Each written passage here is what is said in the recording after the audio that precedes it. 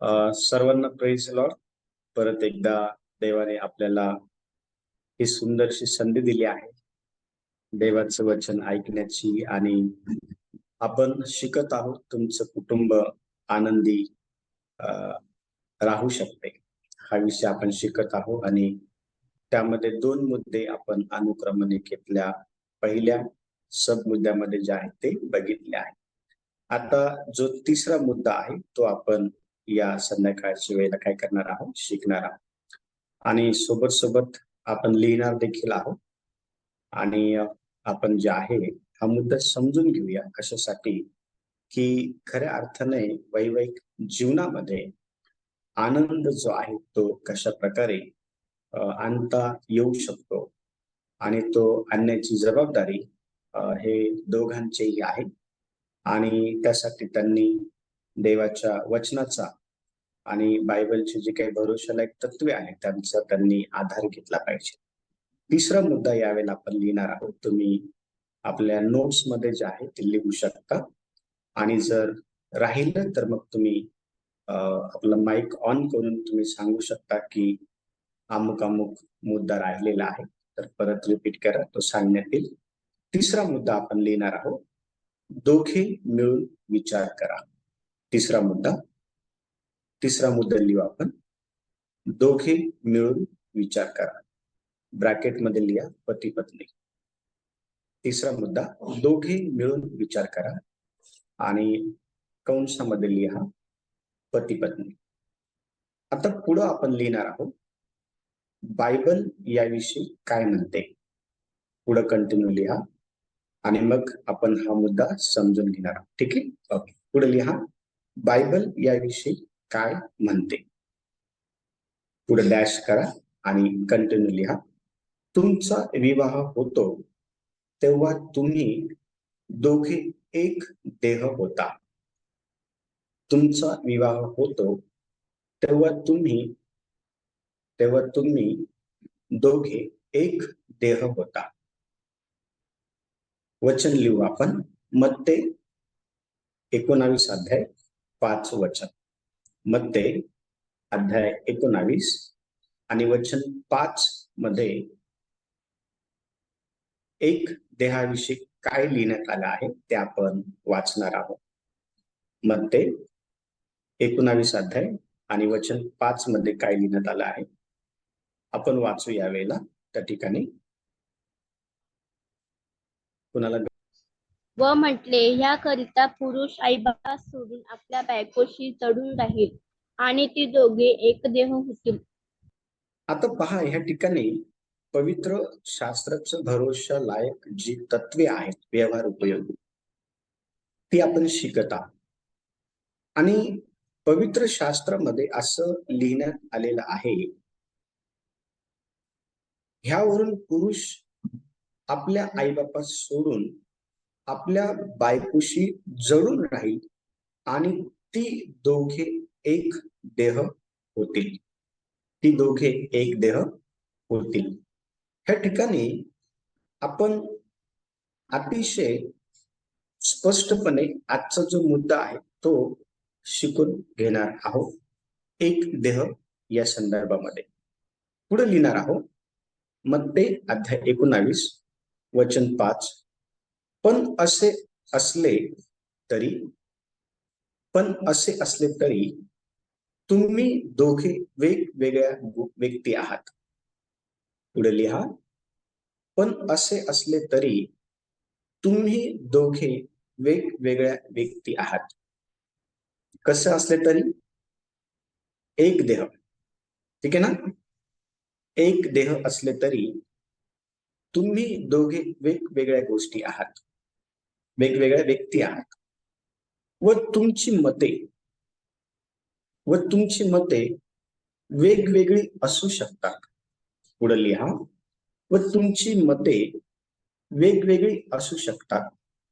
त्यामुळे एकमेकांच्या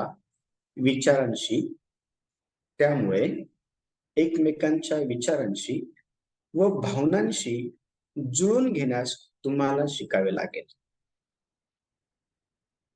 परत एकदा रिपीट करतो, लिहून घ्या.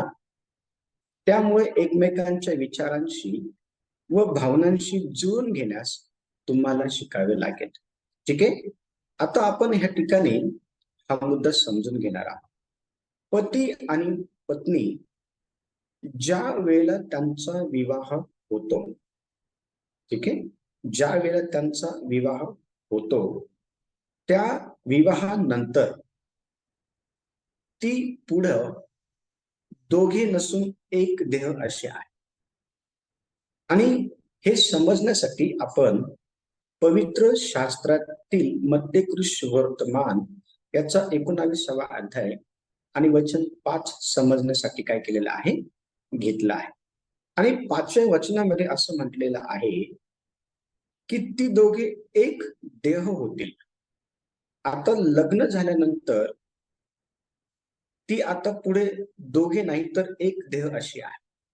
आणि आता ती दोघं एक देह असल्या कारणानंतर पण आपण पाहतो की त्यांची जी मतं आहे ती वेगवेगळी अशा प्रकारची आहे. त्यांची जी मतं आहे ती वेगवेगळी अशा प्रकारची आहे. आणि आता पतीचं एक वेगळं मत आहे आणि पत्नीचं हे एक वेगळं मत आहे. विवाह झाल्यानंतर ते एक देह झालेले आहे, परंतु आपल्याला ह्या ठिकाणी असं पाहायला भेटतं की ती दोघेही वेगवेगळ्या अशा मतांची आहेत. मग आता ती वेगवेगळ्या मतांची असल्या कारणामुळं त्यांनी एकमेकांचे जे विचार आहेत, पतीचे विचार आणि पत्नीचे विचार, दोघांचे एकमेकांचे जे विचार आहेत व ज्या भावना आहेत त्या जुळून घेण्याकरता त्यांनी शिकलं पाहिजे. त्या जुळून घेण्याकरता त्यांनी काय झालं पाहिजे, शिकलं पाहिजे. उदाहरणार्थ, जर पती पत्नी वैवाहिक जीवनामध्ये जीवन जगत असताना जर एखादं काम जर घरामध्ये पडलेलं आहे आणि ते काम पतीला दिसलं आहे आणि त्या कामाला पत्नी करू शकत नाही कारण ती त्यावेळेला आणखीन कोणत्या तरी दुसऱ्या कामामध्ये व्यस्त आहे, तर अशा वेळेला पतीला पत्नीच्या जे काही भावना आहे त्या समजून घेऊन जे काम त्याला घरामध्ये दिसलं आहे पडलेलं ते त्याने केलं पाहिजे. ते त्याने केलं पाहिजे. उदाहरणार्थ जर पत्नी झाडू मारत आहे घरामध्ये, उदाहरणार्थ पत्नी जर घरामध्ये झाडू मारत आहे आणि अशा वेळेला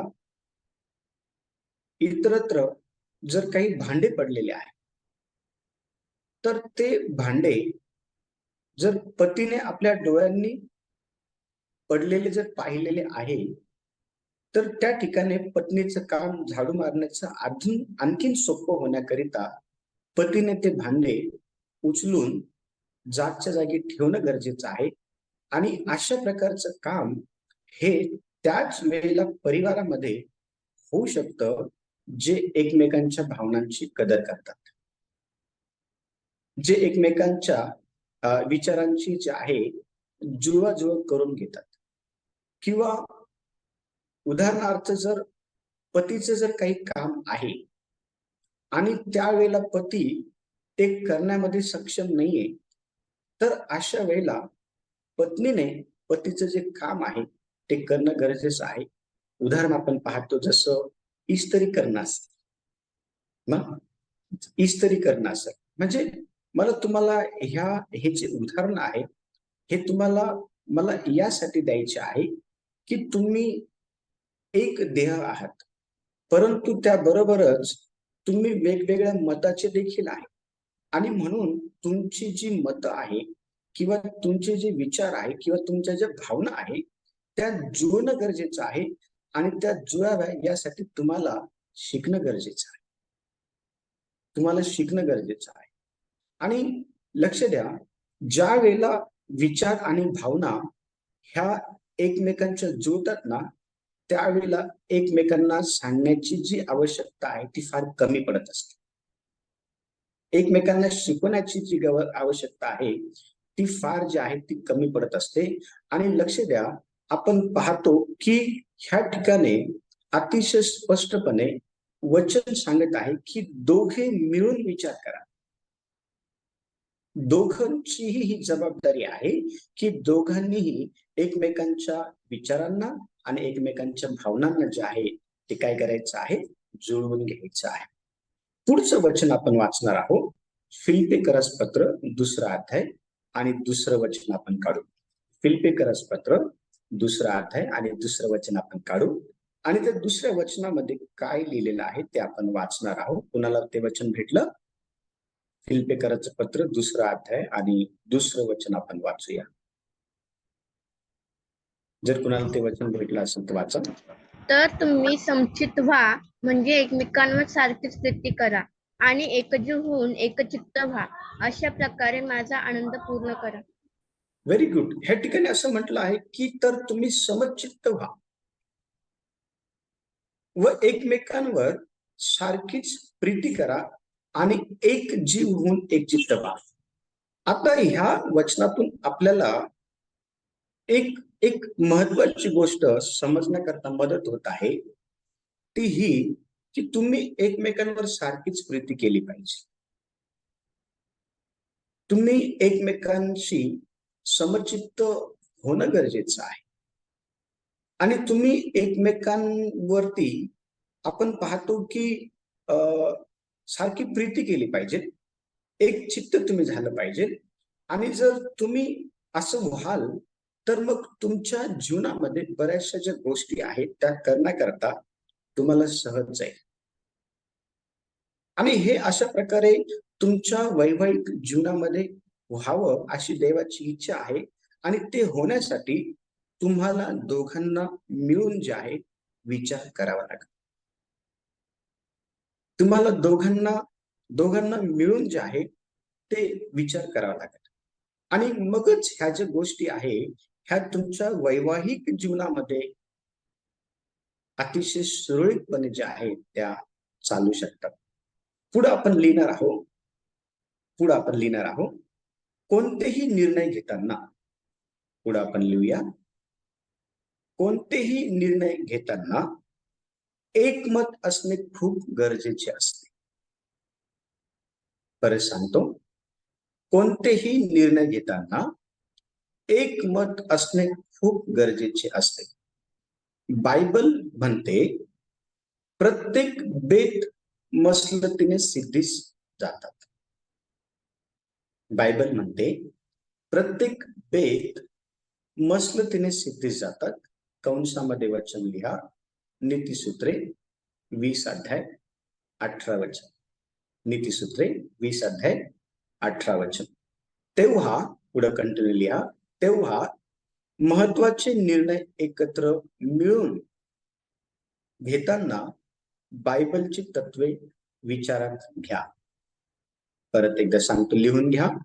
तेव्हा महत्वाचे निर्णय एकत्र मिळून घेताना बायबलची तत्वे विचारात घ्या. वचन लिहा कंसामध्ये, नीतिसूत्रे 8वा अध्याय 32 आणि 33 वचन. ठीक आहे. आता हा मुद्दा जो आहे आपण समजून घेणार आहोत. त्यासाठी आपण वचन वाचूया. नीतिसूत्रे 20 अध्याय आणि 18 वचन. नीतिसूत्रे काढू आपण यावेळेला. नीतिसूत्रे त्याचा 20वा अध्याय आणि 18 वचन. कुणाला भेटलं? प्रत्येक बेत मसलतीने सिद्धीत जातो, छानपणाने मार्गास लागून युद्ध चालव. Very good. त्याचं जे 8वा अध्याय आहे, नीतिसूत्रे 8वा अध्याय आणि 32 आणि 33 पण वचन आपण वाचणार आहोत. 8वा अध्याय 32 आणि 33 वचन. तर आता माझ्या मुलांनो माझे ऐका, जे माझ्या मार्गाने चालतात ते धन्य होत. बोध ऐकून शहाणे व्हा, त्यांच्या अवहेर करू नका.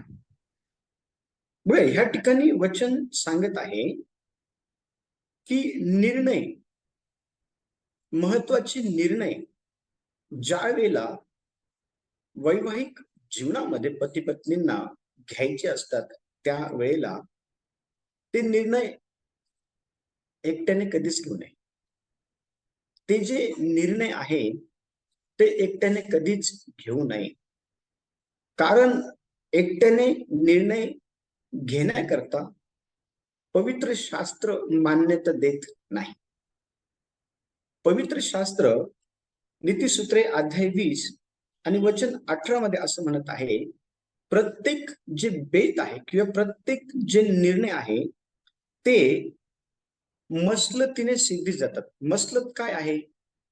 एकत्र बसून आपण पाहतो की एकत्र बसून एकमेकांना ते सांगितलं गेलं पाहिजे आणि त्या निर्णयावरती चर्चा होणं गरजेचं आहे.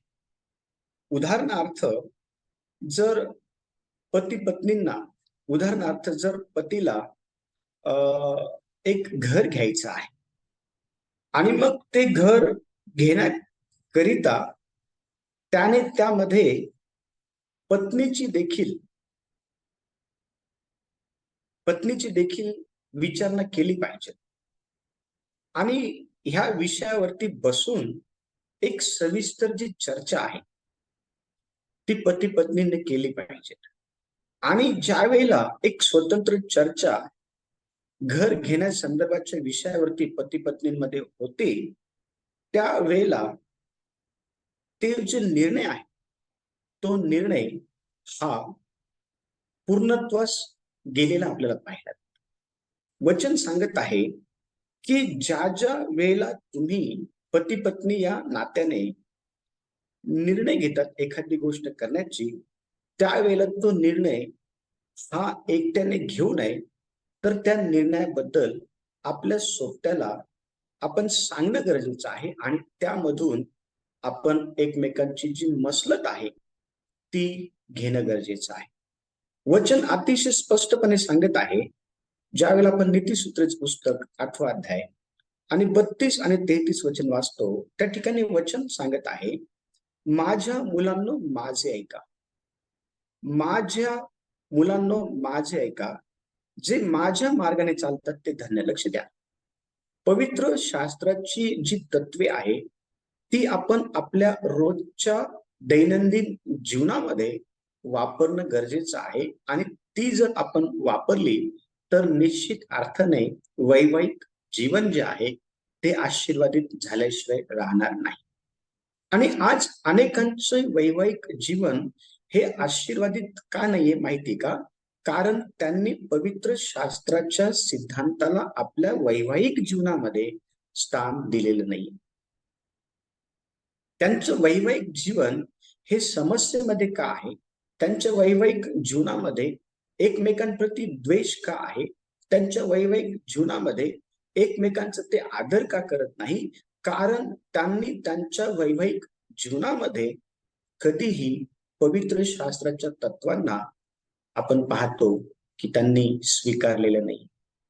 परंतु ज्यांना देव कळालेला आहे अशा वैवाहिक जोडप्यांनी पवित्र शास्त्राच्या तत्वाचा अभ्यास करणं गरजेचं आहे आणि पवित्र शास्त्र सांगतं त्याप्रमाणे आपल्या वैवाहिक जीवनामध्ये एकमेकांच्या सोबत एकमेकांच्या संगती जी आहे ते वर्तणूक करणं गरजेचं आहे. आणि वचन ह्या ठिकाणी सांगत आहे की माझ्या मुलांनो माझे ऐका, जे माझ्या मार्गाने चालतात ते धन्य होत.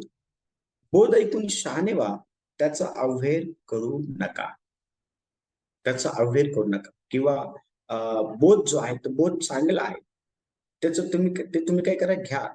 ते तुम्ही दुर्लक्षित असा भाग तो नसावा तुमच्या जीवनामध्ये. आणि ज्या वेळेला पती पत्नी दोघं मिळून एखाद्या विषयावरती चर्चा करतात, त्यावेळेला तो जो विषय आहे तो पूर्णत्वास जात असतो. हे समजून घेणं फार गरजेचं आहे. परंतु आपण पाहतो की आज वैवाहिक जीवनामध्ये दोघ जण बसून एखाद्या विषयावरती विचार करतात का?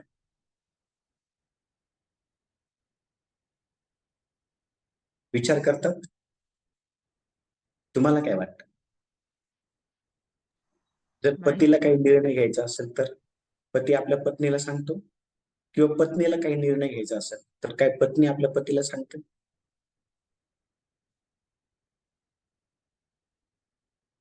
होतं का असं? निर्णय घेतले जातात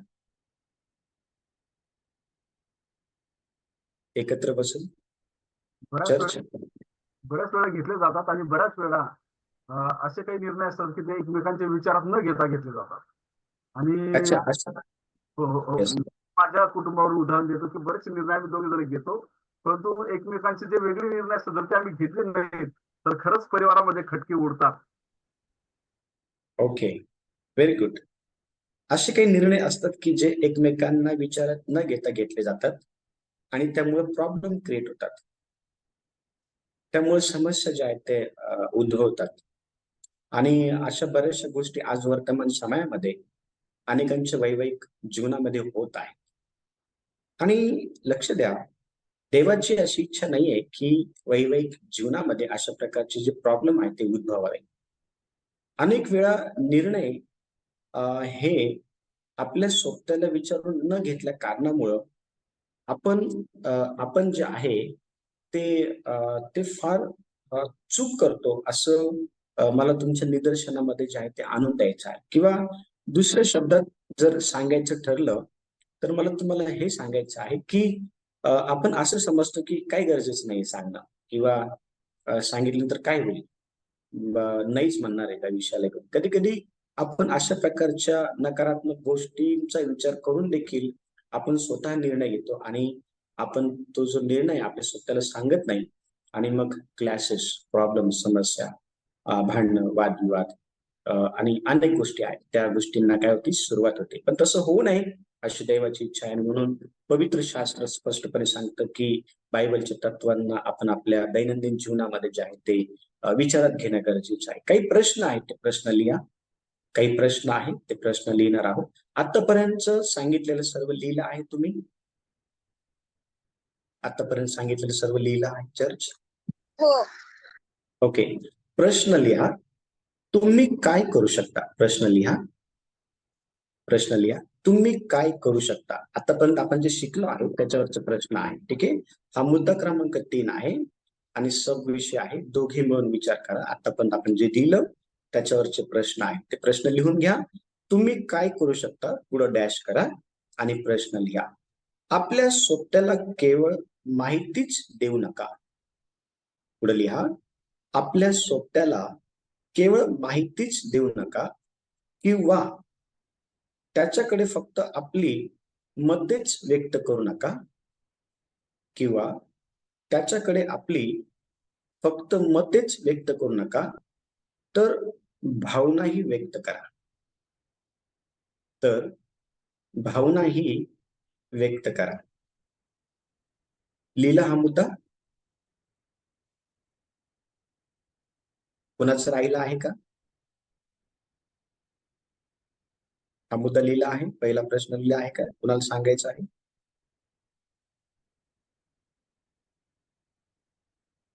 ओके. आता ह्या ठिकाणी आपण पाहतो की आपल्या स्वतःला केवळ माहितीच देऊ नका किंवा त्याच्याकडे फक्त आपली मतेच व्यक्त करू नका. आता अनेक वैवाहिक जीवनामध्ये ह्याच गोष्टी सुरू आहेत. ते एकमेकांना माहिती देतात. ते एकमेकांना आपली जी मतं आहेत ते व्यक्त करतात. उदाहरणार्थ मी तुम्हाला सांगतो. एक उदाहरण आपण घेऊ. जस्ट एक उदाहरण. जसं की खूप चांगला सेल आला आहे चाळीसगावमध्ये. म्हणजे आला नाहीये, पण एक उदाहरण सांगितलं. चाळीसगावमध्ये खूप चांगला सेल आला आहे आणि हे पत्नीला कळालं. हे पत्नीला काय झालं? कळालं. मग पत्नी काय करते? पत्नी आपल्या पतीला ती माहिती देते की अहो, भडगाव रोडला वाणी मंगल कार्यालयामध्ये खूप मस्त सेल आलेला आहे आणि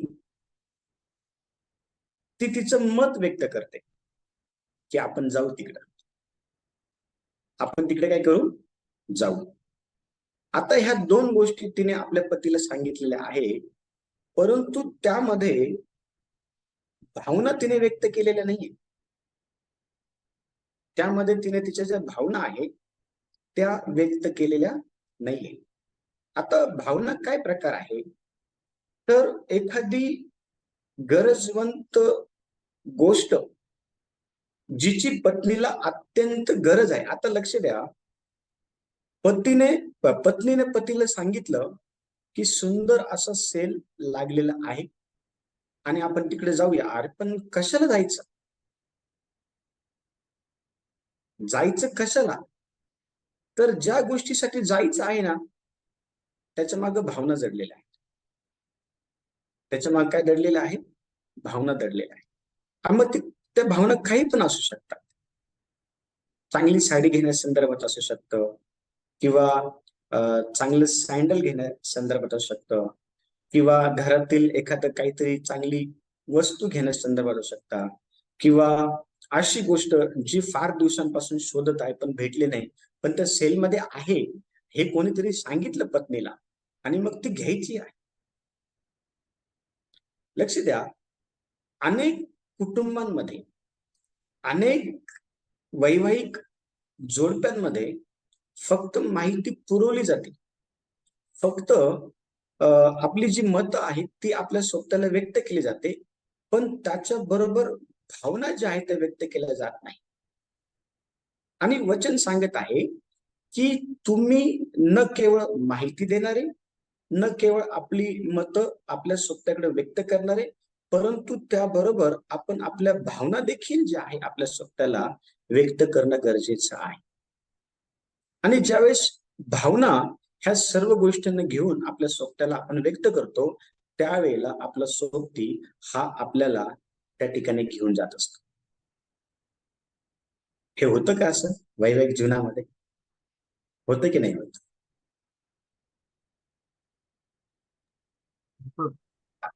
होतं असं वैवाहिक जीवनामध्ये? काही दिवसापूर्वी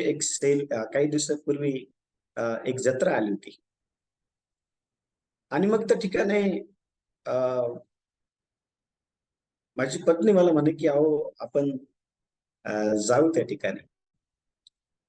आणि ती म्हणे की जस्ट आपण जाऊ, पण त्यासोबत ती म्हणे की तिथे जाऊन आपण खेळू देखील, तिथे जाऊ आपण. म्हणजे मला तुम्हाला हे सांगायचं आहे की भावना ह्या आपण आपल्या स्वतःशी शेअर करणं गरजेचं आहे. नाही तर त्याला समजेल कसं? नुसतं इन्फॉर्मेशन दिले एवढंच ते पुरेसं नाहीये. फक्त माहिती दिली आहे किंवा फक्त आपलं मत व्यक्त केलं एवढं पुरेसं नाहीये. तुम्ही तुमच्या ज्या भावना आहेत त्या देखील व्यक्त केल्या पाहिजे. आणि याला म्हणतात खऱ्या अर्थाने एक चांगलं सुंदर असं परफेक्ट वैवाहिक जीवन जगण्याची पद्धत.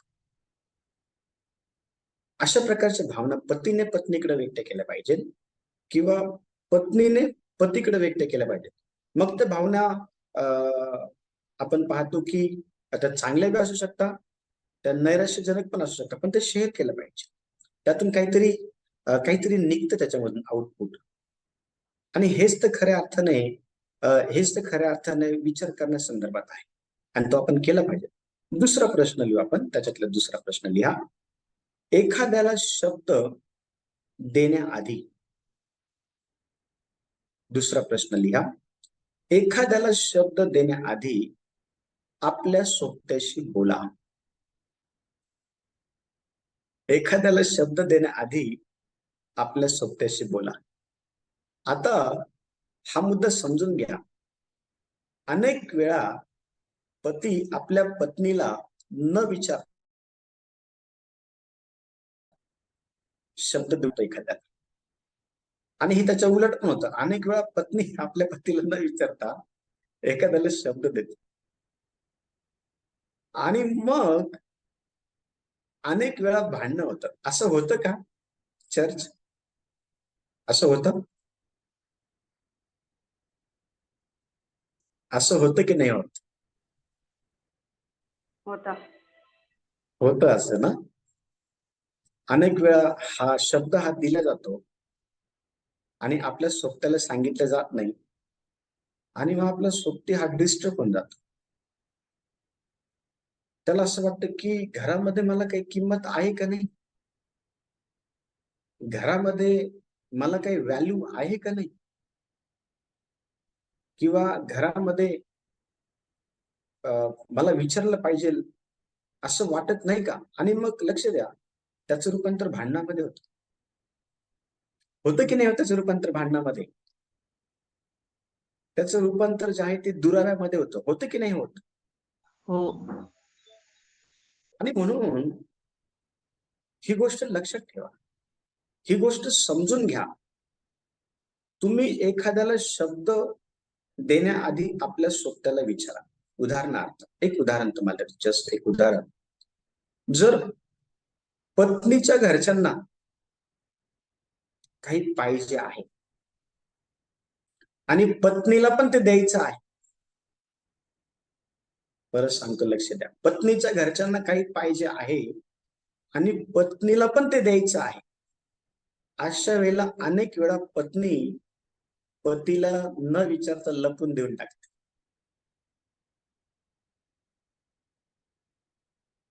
आणि मग काही दिवसानंतर त्या गोष्टी उघडकीस येतात आणि पतीला ते समजतं. आणि मग तो जो विश्वास गमावलेला असतो किंवा न सांगता त्या ज्या गोष्टी केलेल्या असतात, त्यामुळं पतीच्या भावना दुखावल्या जातात. पतीचा जो विश्वास आहे पत्नीवरचा, तो उडला जातो.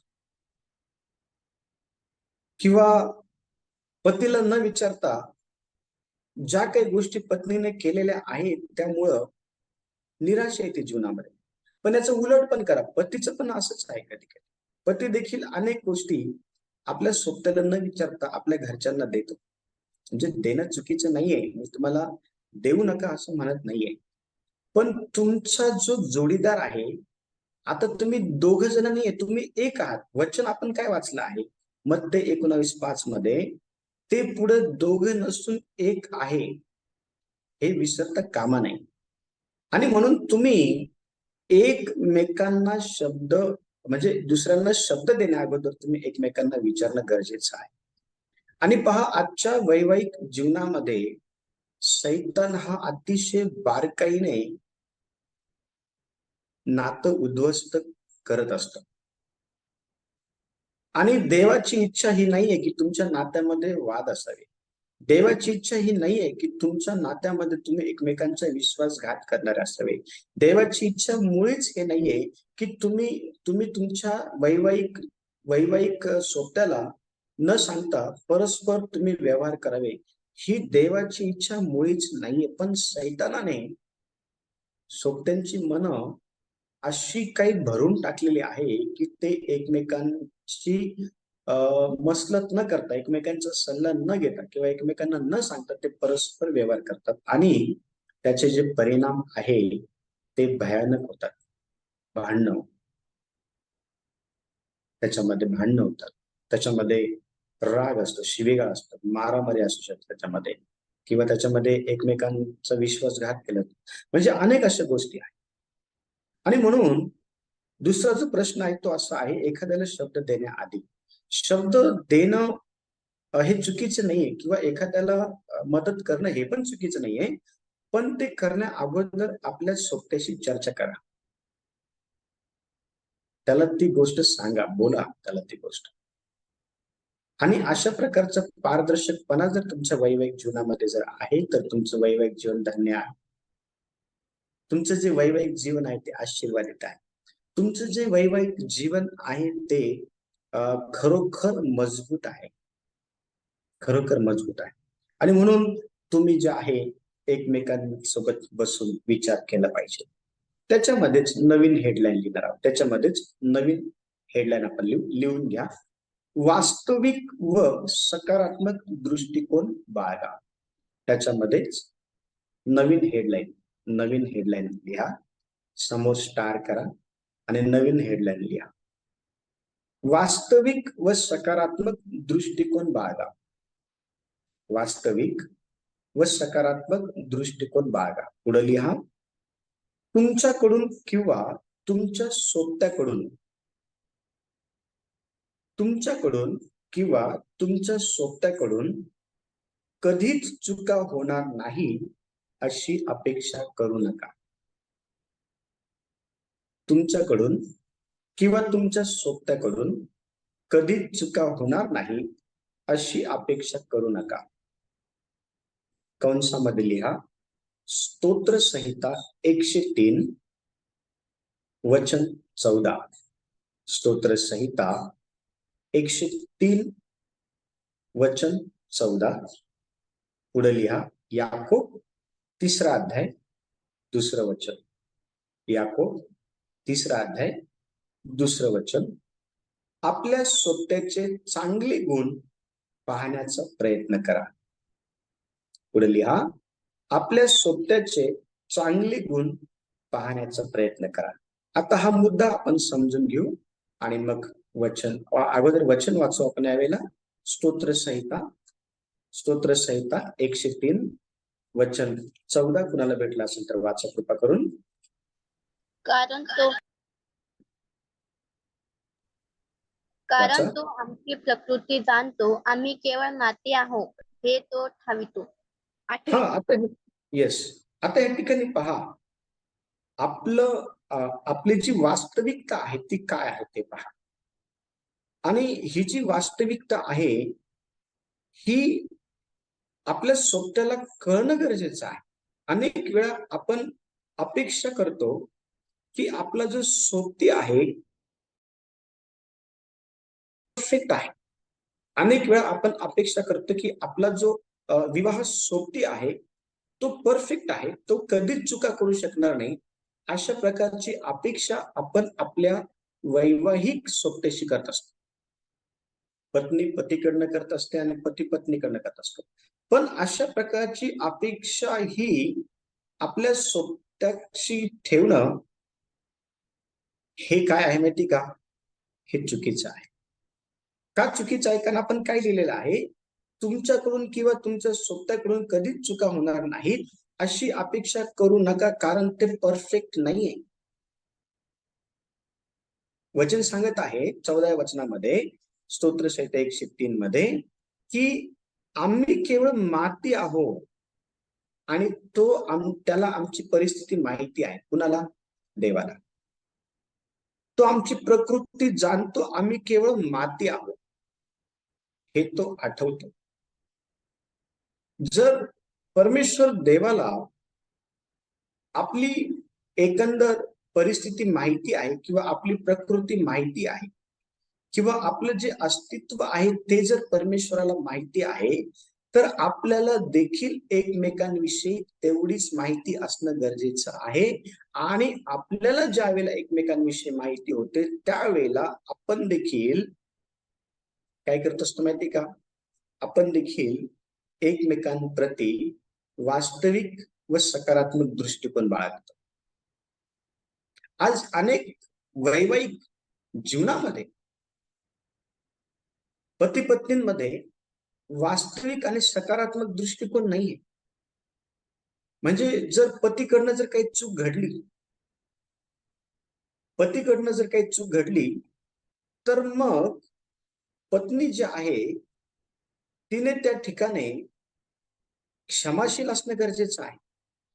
तिने पतीकडं वास्तविकतेमध्ये पाहून आपल्या पतीला त्या चुकीच्या गोष्टीतून सकारात्मक रीतीने बाहेर काढणं गरजेचं आहे. कसं? ठीक आहे, झाली चूक, आता करू नका. ठीक आहे, चूक झाली, आता करू नका. याला म्हणतात सकारात्मक दृष्टिकोन ठेवणं. याला म्हणतात वास्तविकतेमध्ये आपल्या स्वतःशी जीवन जगणं. किंवा पत्नीकडनं चूक झालेली आहे. अनेक चुका होतात, मान्य आहे, चुका होतात. पत्नीकडनं पण होती आणि पतीकडनं पण होती. पण त्या चुकीची शिक्षा आयुष्यभर पस्तावा लागेल अशा प्रकारची जी आहे ती सोबत्याला देऊ नये. अनेक परिवार आज पस्तावत आहे. अनेक परिवार आज उद्ध्वस्त झालेले आहेत. अनेक परिवार आज तुटलेले आहेत. अनेक परिवार त्यांनी त्यांच्या सोबत्याच्या चुकांची क्षमा केली नसल्या कारणामुळे तुटलेले आहेत. लक्ष द्या. वचन काय सांगत या ठिकाणी? वचन अतिशय स्पष्टपणे सांगत आहे की चुका होणार नाही अशा प्रकारची अपेक्षा तुम्ही आपल्या सोबत्याकडनं करू नका, कारण आपला सोबती हा परफेक्ट नाहीये. आपला सोबती जो आहे ना, तो जर परफेक्ट असतात आणि मग आपण त्याच्याकडनं अपेक्षा केली असती तर ते ठीक असतं. पण कोणीही परफेक्ट नाहीये. आपण केवळ माती आहोत. लक्ष द्या. आपण केवळ काय आहोत? माती आहोत. आणि हे आपण विसरून जातो. पण देव आपल्याला त्याची आठवण करून देतो. बघा, वचन वाचू आपण. याकूब 3:2 काय म्हणतं बघा. याकूब 3:2 वाचा कोणीतरी लवकर. याकोबाचं पत्र 3रा अध्याय 2रं वचन. कुणाला भेटलं असेल तर. कारण आपण सगळे पुष्कळ चुका करतो. कोणी जर बोलण्यात चुकत नाही तर तो मनुष्य पूर्ण होईल. तो सर्व शरीरही काळात ठेवण्यास समर्थ आहे. बघा, दुसऱ्या वचनाचं अ भाग म्हणत आहे, कारण आपण सगळेच पुष्कळ चुका करतो. चुका ह्या अपेक्षित आहे, त्या होतात. त्या पत्नीकडनंही होता आणि त्या पतीकडनंही होता. पण चुका झाल्यानंतर काय आपल्याकडं सकारात्मक दृष्टिकोन आहे का आपल्या सोबत्याकरिता?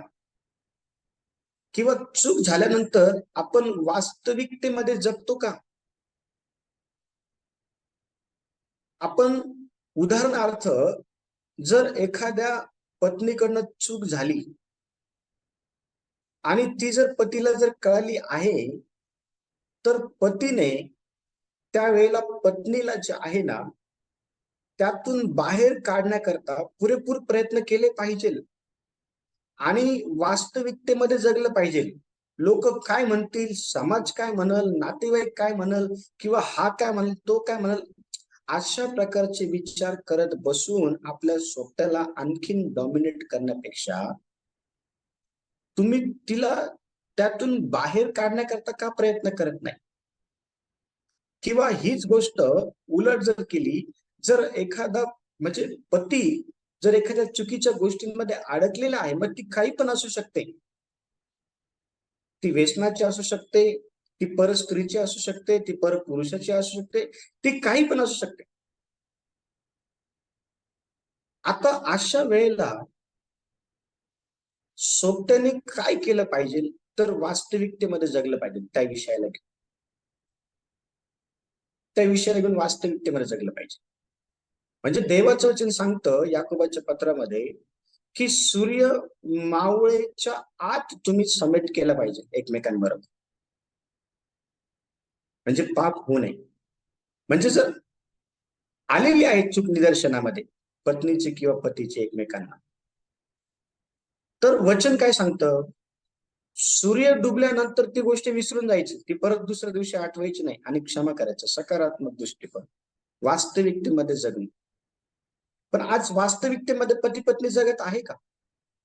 आज वास्तविकतेमध्ये आपण पाहतो की काय वैवाहिक जे सोबती आहे ते जगत आहे का? आज वास्तविकतेमध्ये ते जगत नाहीये आणि त्यांच्याकडे सकारात्मक दृष्टिकोन पण नाही एकमेकांकडे बघण्याचा. जाऊ द्या, माझी पत्नी आहे, चुकली, मी तिचा पती आहे, मी तिला क्षमा करतो, बाकीचे मला काही घेणं नाही. जाऊ द्या, माझा पती आहे, चुकला, मी त्याला क्षमा करते, मी त्याला त्यातून बाहेर काढेन, मला बाकीच्यांशी काही घेणं नाही. जग काय म्हणतं, लोक काय म्हणतात, मला त्याच्याशी घेणं देणं नाही. तो माझा जीवनसाथी आहे, तो माझा लाईफ पार्टनर आहे, तो माझा सखा आहे, तो माझा प्रिय आहे, ती माझी प्रिय आहे. अशा प्रकारचे सकारात्मक दृष्टिकोन सोबत्यांनी एकमेकांप्रती ठेवणं गरजेचं आहे. पुढे आपण लिहिणार आहोत कारण वेळ होत चाललेला आहे. पुढे आपण लिहूया, बायबलची तत्वे लागू केल्याने नक्कीच फायदा होईल असा भरोसा बाळगा. बायबलची तत्वे लागू केल्याने नक्कीच फायदा होईल असा भरोसा बाळगा व धीर धरा. बायबलची तत्वे लागू केल्याने नक्कीच फायदा होईल असा भरोसा बाळगा व धीर धरा. दुसरे तिमोथी 3रा अध्याय 16 वचन. दुसरे तिमोथी 3रा अध्याय 16 वचन. परमेश्वराच्या सल्ल्याचे पालन, पुढे लिहा, परमेश्वराच्या सल्ल्याचे पालन करण्यासाठी, परमेश्वराच्या सल्ल्याचे पालन करण्यासाठी तुम्ही करत असलेले प्रयत्न, तुम्ही करत असलेले प्रयत्न तो नक्कीच आशीर्वादित करेल. परमेश्वराच्या सल्ल्याचे पालन करण्यासाठी तुम्ही करत असलेले प्रयत्न तो नक्कीच आशीर्वादित करेल. आणि जसजशी वर्षे सरत जातील तसतसे तुमचे वैवाहिक बंधन, आणि जसजशी वर्षे सरत जातील तसतसे तुमचे वैवाहिक बंधन आणखी मजबूत होत जाईल. गलती 6:9. तसतसे तुमचे वैवाहिक बंधन आणखी मजबूत होत जाईल.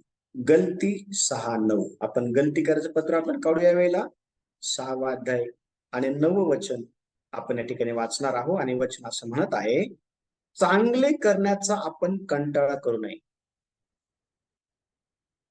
कोणी काढले हे वचन? वाचण्यासाठी मदत करा.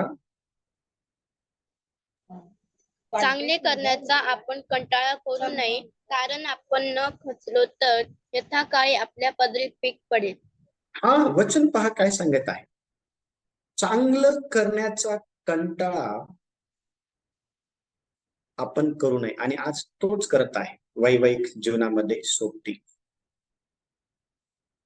ठीक आहे ना, झाली आहे चूक. मग आता चूक झाली आहे तर तिला काही पूर्ण म्हणजे अशी शिक्षा करायची का ज्यामुळे तिचं लाईफ जे आहे ते उद्ध्वस्त होईल किंवा कोलॅप्स होऊन जाईल? हा त्याचा जो आहे ना, हे नाहीये, आपण काय म्हणतो त्याला, त्याची ही शिक्षा नाहीये. वचन सांगत आहे की आपण चांगलं करण्याचा कंटाळा करू नये. अनेक वेळा पती पत्नींमध्ये जर पडला आहे तर दुसऱ्यांनी हात देऊन त्याला उचलायची गरज आहे. तर पडलेल्या अवस्थेमध्येच सोबती जो आहे ना आणखीन दाबायचा प्रयत्न करतो. संधी आहे चांगलं करण्याची आपल्या सोबत्याच्या जीवनामध्ये, पण त्याचा उपयोग जो आहे तो चांगल्या पद्धतीने केला जात नाही. आणि आज अनेक परिवार उद्ध्वस्त झालेले आहेत. आज अनेक परिवारामध्ये सोबत्याला सोबत्याची गरज होती, पण ती दिली नाही, ती केली नाही. पती चुकला म्हणून पत्नीने सोडून दिली, पत्नी चुकली म्हणून पतीने सोडून दिलं. कोणीही कोणाला स्वीकारलं नाहीये, कोणीही कोणाला क्षमा केली नाहीये, कोणीही कोणाला समजून घेतलं नाहीये.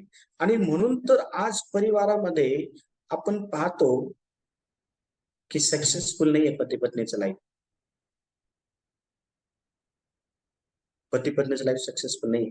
आणि म्हणून पती पत्नीने वास्तविकतेमध्ये जगलं पाहिजे, सकारात्मक दृष्टिकोन ठेवून. आणि वास्तविकतेमध्ये सकारात्मक दृष्टिकोन ठेवून जर पती पत्नी जर वैवाहिक जीवन जगत असेल ना, तर त्यांच्या जीवनामध्ये नेहमी चांगलंच होईल. त्यांचं वैवाहिक जीवन जे आहे ना, जसजशी वर्ष वाढत जातील ना, तसं ते वैवाहिक जीवन अधिक आणि अधिक मजबूत होईल. आणि हे फार कमी लोकांना समजतं, हे फार कमी लोकांना समजतं. पण देवाची इच्छा आहे की सर्वांना समजावं. प्रश्न लिहा पुढं, वेळ झालेला आहे आपला, कारण प्रश्न लिहा पुढं. स्वतःला विचारा, प्रश्न लिहा, स्वतःला विचारा. एक आपला टाका, मी स्वतःपेक्षा माझ्या सोबत्याचा जास्त विचार करतो हे त्याला जाणवतं का? मी स्वतःपेक्षा माझ्या सोबत्याचा जास्त विचार करतो हे त्याला जाणवतं का? हे जाणवलं पाहिजे. उदाहरणार्थ, एक जर पत्नी आहे तर पत्नीने पतीचा विचार केलाच पाहिजे आणि हे पतीला जाणवलं पण पाहिजे.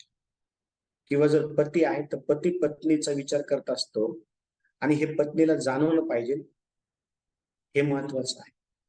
आणि हे असंच झालं पाहिजे, हे असंच झालं पाहिजे. दुसरा प्रश्न, माझ्या सोबत्याला प्रेम आणि आदर, माझ्या सोबत्याला प्रेम आणि आदर दाखवण्यासाठी आज दिवसभरात मी काय केले आहे? परत सांगतो, लिहून घ्या. माझ्या सोबत्याला प्रेम आणि आदर दाखवण्यासाठी आज दिवसभरात मी काय केले आहे? माझं सोबती कामावून येईल आणि मग मी माझ्या सोबत्याला सरप्राईज देईल, त्याचं आवडीचं जेवण करून. माझी पत्नी सणाला आईच्या घरी गेली होती, पण आता ती येणार आहे आणि मग मला तिला घ्यायला स्टेशनवरती जायचं आहे, पण मी तिला सरप्राईज देईल, स्टेशनवरती घेऊन डायरेक्ट मी हॉटेलला जाईल जेवायला तिला घेऊन. आज घरी स्वयंपाक नाही. अशा प्रकारचं प्रेम दाखवलं आहे का? अशा प्रकारचा आदर दाखवलेला आहे का? अशा प्रकारचं लाईफ एन्जॉय केलं आहे का पती पत्नीने? आज हे होत नाही. आज हे होत नाही आणि हे झालं पाहिजे. हे झालं पाहिजे. हे होणं गरजेचं आहे. तर आपलं जे वैवाहिक जीवन आहे, तर तुमचं जे वैवाहिक जीवन आहे ते अधिक मजबूत होईल, ते टिकून राहील. प्रार्थना करू आपण. देवबाप, या वचनाच्या द्वारे सर्वांना आशीर्वाद देव. तुमचं वैवाहिक जीवन आशीर्वादित व्हावं अशी दैवाची देखील इच्छा आहे. हे वचन देवबाप सर्वांसाठी आशीर्वाद